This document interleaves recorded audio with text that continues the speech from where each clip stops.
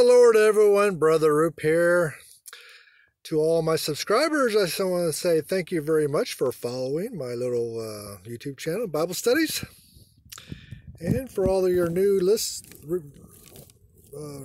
listeners out there, go ahead and subscribe if you want to. Ring the bell if you want Bible Studies on YouTube. So we currently are on chapter 13 of the book of Acts, verse 21. We are in the middle of Paul's sermon in a synagogue.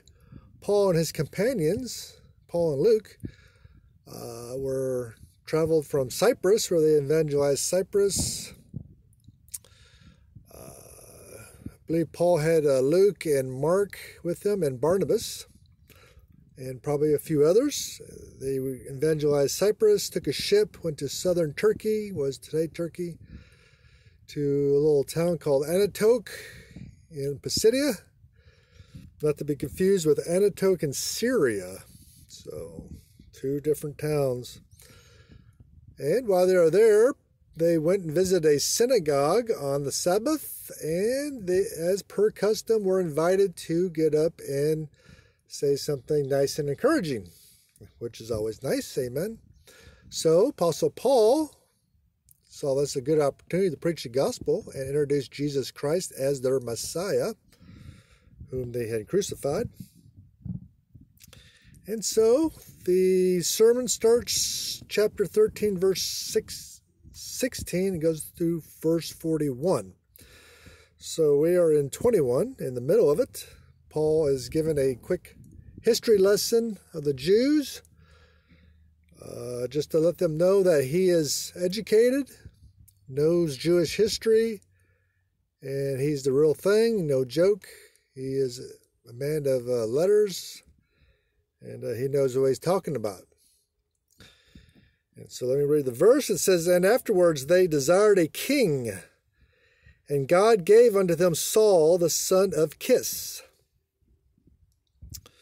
Now you can read more about that in 1 Samuel chapter 8, verse 5, where the Israelites demanded a human king. They got tired of God running the show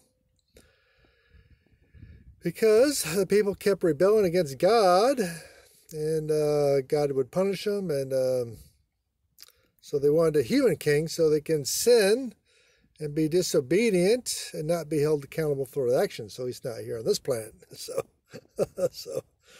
So they rebelled and wanted a human king, and so God gave them Saul, the son of Kish.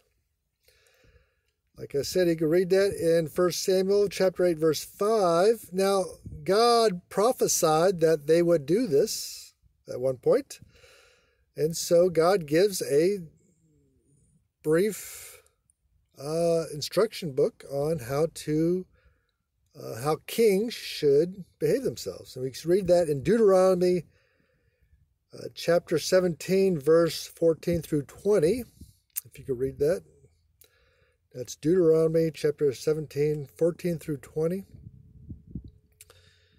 And so that's prophecy that they would want a king eventually.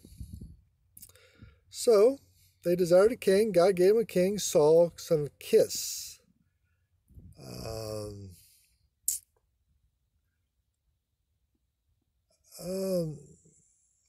Kish, C-I-A-S, is used. That's the Greek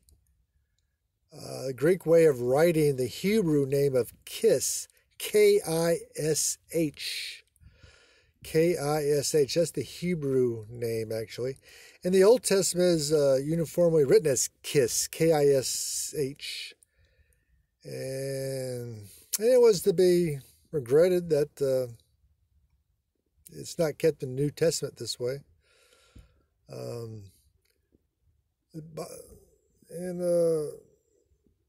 Kish was a man of the tribe of Benjamin by the space of 40 years, Paul says.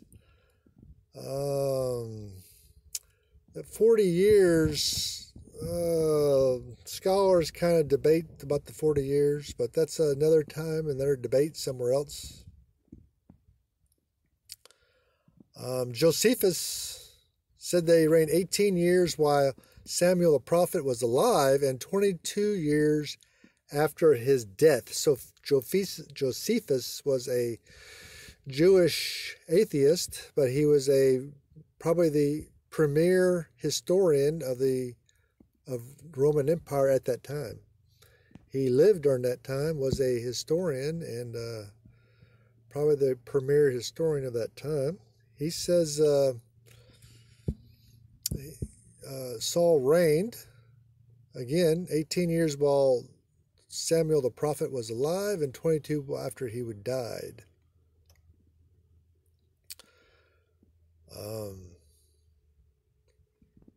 So, now the Aramaic redemption of that name is Qis, Kis.